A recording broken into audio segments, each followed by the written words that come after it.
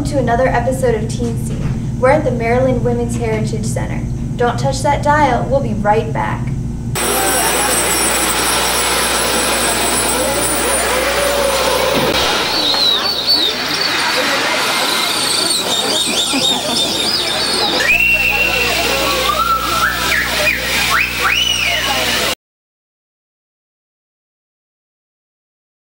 Hi, and welcome back to Teen Scene. We have a very interesting panel with us today. Would you like to introduce yourselves? Hi, I'm Brianne Irons. Hi, I'm Monica Sturm. Hi, I'm Bria Simmons. Hello, my name is Morgan Irons. Hi, I'm Claire Ashby. And I'm Leslie Weber. We have very interesting topics for you all today. Each of these girls has a woman role model that they'd like to talk about. Who wants to start? I'll start. My heroine is Jill Moss Greenberg. In college, she made a preschool for disabled children. She was also one of the founders of where we are right now, this facility, the Baltimore Women's Heritage Center. And I just thought that was really amazing. That is very amazing. Well, let's have a look. We have a dream here in Maryland to create the Maryland Women's Heritage Center. This wonderful ceremony tonight, and those that have come each year since 1985, every year we keep saying it can't be as good again, and every year it's even better and better. And yet, what people can learn right now about these women is very limited. We've created a display over on the side, which I hope you'll look at on your way out. Linda Shevitz is my main co-conspirator in working on these areas, who's all these years been really the mother of the Women's History Project. And all of the committee and board members who are here, and there are many of you here, believe that we should have, and while the plaque at the Law Library is lovely, and there's a picture of it there, that there needs to be more than a plaque to tell the story of all these people. Well, we're very thrilled to have this luncheon today with Cookie Roberts, who's a member of our honorary board, and this is the first time we've actually called upon her to do an activity with the Women's Heritage Center. But we're thrilled she's on our board, and most of us love her political acumen, her wit, and her writing about women's history. Wow, she sounds amazing. Does anybody else have a topic they'd like to talk about? I do. My heroine is Lorraine Chepan, and she spent her life fighting for people with development disabilities like her son. Let's have a look at Lorraine.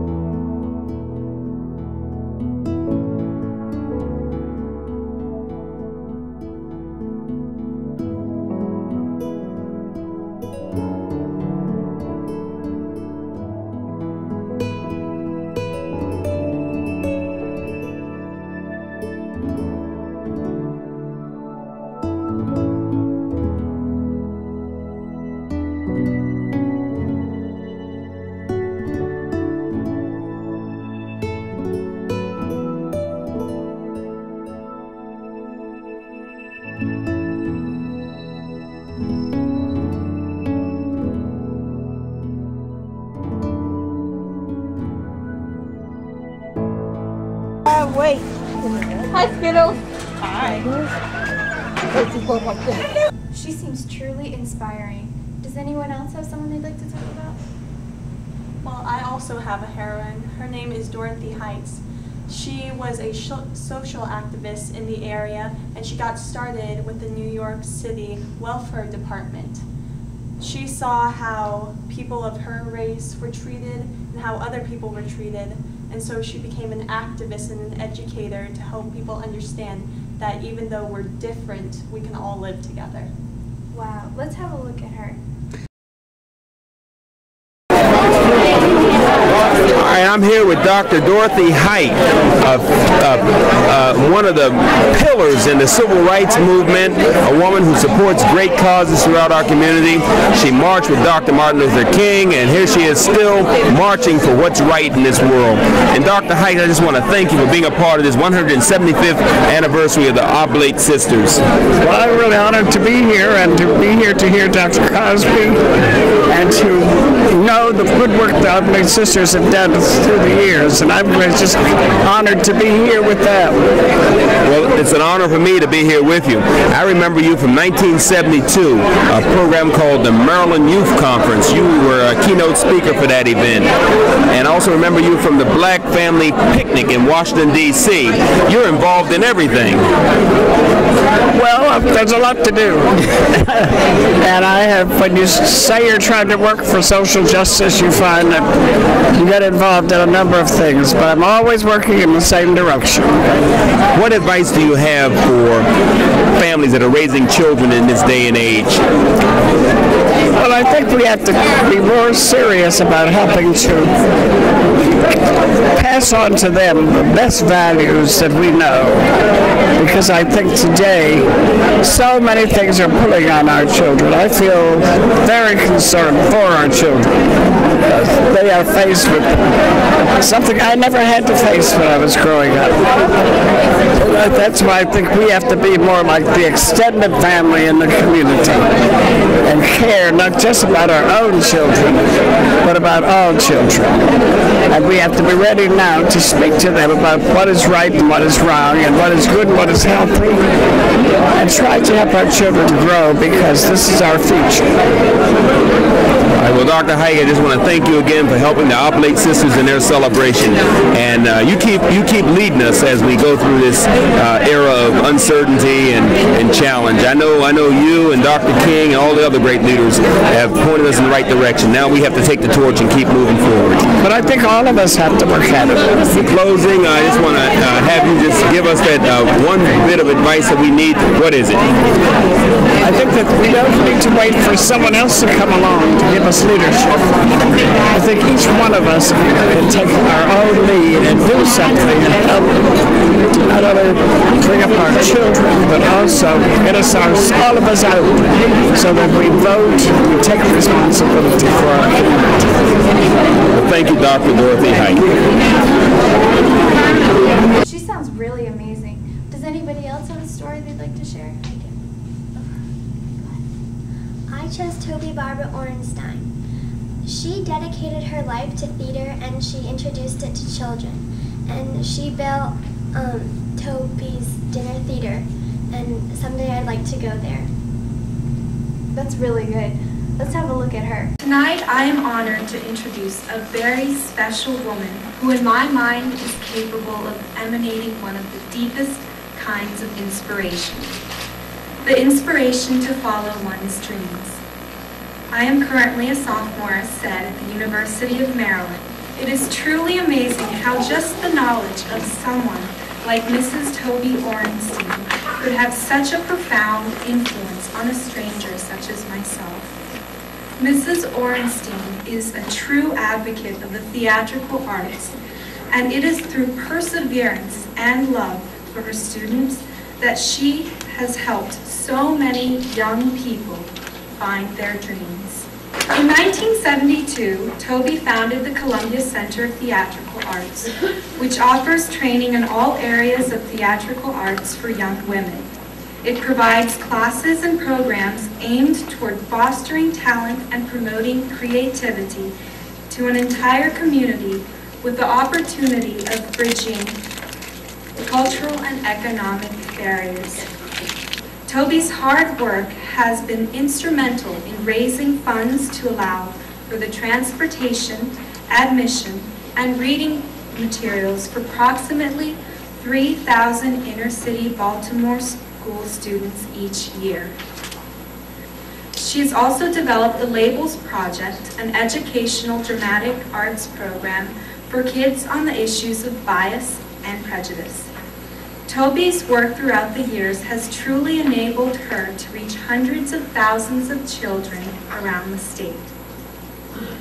With far-reaching contributions to the arts in Maryland and creative leadership as an educator, Mrs. Toby Orenstein has lovingly touched the hearts and minds of many Maryland students for decades. It was through Mrs. Orenstein's personal dedication as a teacher and an artist that she founded Toby's Dinner Theaters in Howard County in Baltimore. Mrs. Toby Orenstein is the owner and artistic director of one of the most respected dinner theaters in the country. Ms. Toby Orenstein. This honor. I'm truly, truly grateful to you all. To Linda Shevitz, thank you for all you do for women and for people. To my dear friends who are here tonight, who have stood by me during all my crazy antics, I thank you. For my workers, for my support system at the theater, at the center, who spend hours and hours when I come in with crazy ideas going, we have to have this yesterday. I thank you and appreciate you. My husband, my son, my daughter-in-law, my grandsons, I love you dearly, thank you. And to my three inspirations in my life, I thank you. Eleanor Roosevelt, I thank you, James Rouse, I thank you, Ben Carson, and I thank all you tea bags out there.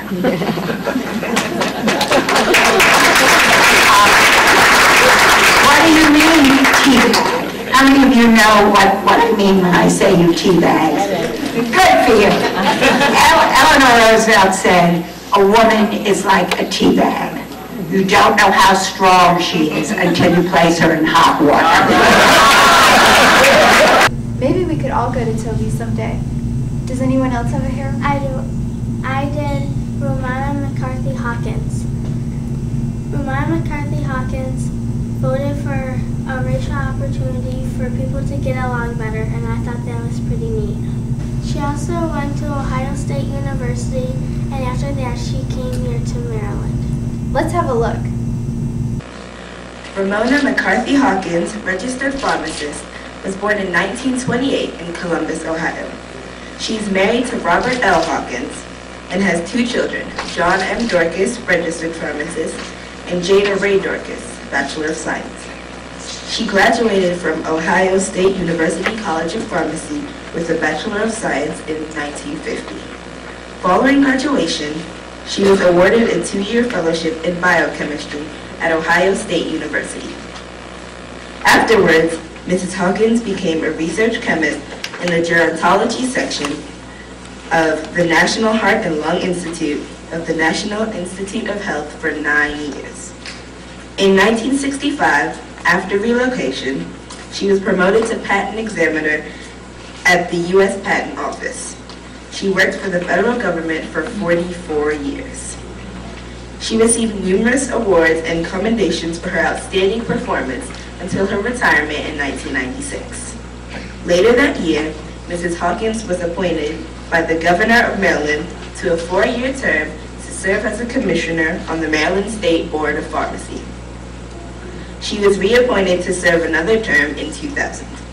For over 57 years as a registered pharmacist, she has been a dynamic participant in pharmacy and community organizations. She has practiced in the federal government and in retail, hospital, and nursing home environments. Mrs. Hawkins has endowed scholarships and donated over $86,000 to 7 schools and a pharmacy foundation. She has also received numerous awards for her community service and philanthropy. This inductee is an active member of many community and work-related organizations. She's a longtime member of the Maryland Pharmaceutical Society, MPS, and currently serves on the executive board from 2006 to 2008. Mrs. Hawkins was National Pharmaceutical Association Pharmacist of the Year and the University of Maryland School of Pharmacy honorary alumni. She also received the Ohio State University College of Pharmacy John M. Cassidy Diversity Enhancement Award and the Distinguished Alumni Award. As a pharmacist, Mrs. Hawkins has given back to the community in many ways. She continues to make a positive difference, something that I wish to do as well. She's a role model for the Women of Tomorrow Award recipients. Mrs. Hawkins is a symbol of all that young ladies can accomplish if they try. I feel honored to introduce Mrs. Ramona McCarthy Hawkins.